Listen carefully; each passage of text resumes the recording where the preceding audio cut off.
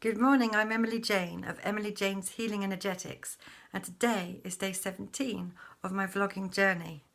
And yesterday, those of you who saw will have seen that I was visiting my dear friend Les, who is 92 and a half.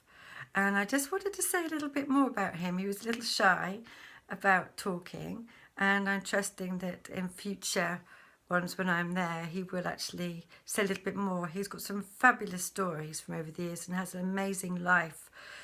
And we've discussed greatly actually between us. We have great philosophical conversations, and we did indeed yesterday with a lot of the Osho Buddha cards and the great wisdom of coming to a state of Zen, a state of non-attachment, a state of the witness. So witnessing that witness self which is eternal within us, and watching things go on, feeling things in our body, being aware that it is our body that is hungry, for example, rather than I am hungry. It is the body that I am housed in, this beautiful blessed body. Let's look after this body.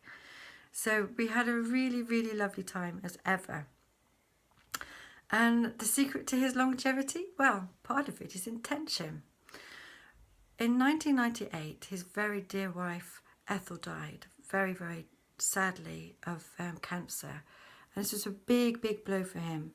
And I had been teaching him the piano since 1990. He replied to an advert of mine when I lived in Maidstone.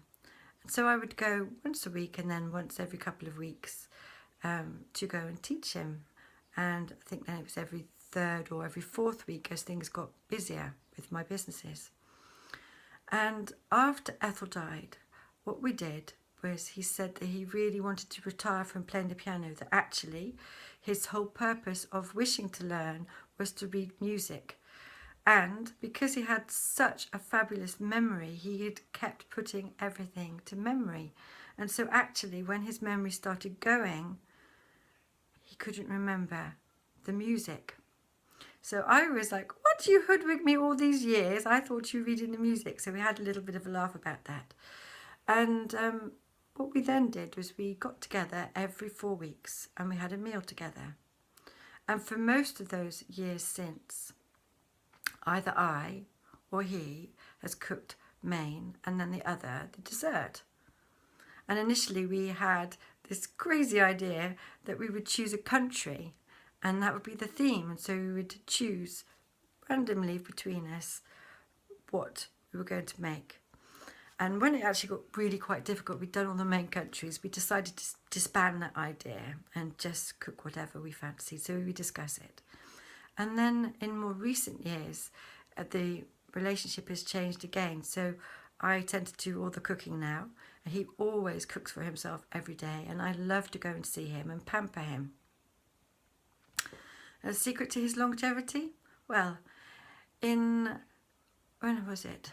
When he was 84, coming up for his 84th year, in the year that after his wife died, he told me and many others that he would live to 84 because that was when his youngest grandson was going to be 21 and he wanted to be there to mark that occasion.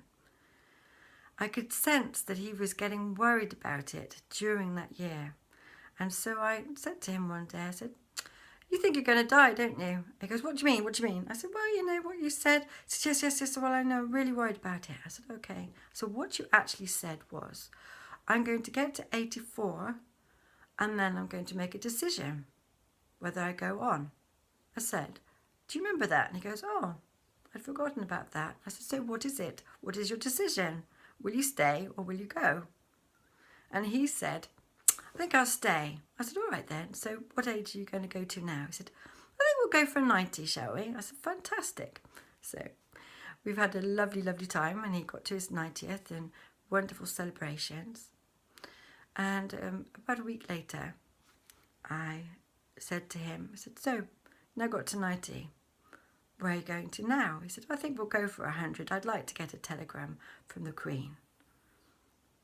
So there we go. And here he is at 92 and a half. The secret's partly that intention. Partly he has said to me on many occasions, I never take life seriously. In fact, he said to me yesterday that on occasions he's been accused of being flippant. Well, I don't feel it's flippancy. He allows things to come and things to go and remain as unattached to drama and things as he can.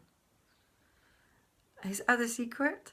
Well, I say he's pickled, or as we say, well preserved, because he does like to have his ushkabar, which is whiskey. He has about 3 or 4 whiskies and ginger ale every evening. So that's what he says is the water of life. So that is his secret. What is yours? Have a lovely, blessed day, and I will speak to you tomorrow. Bye-bye.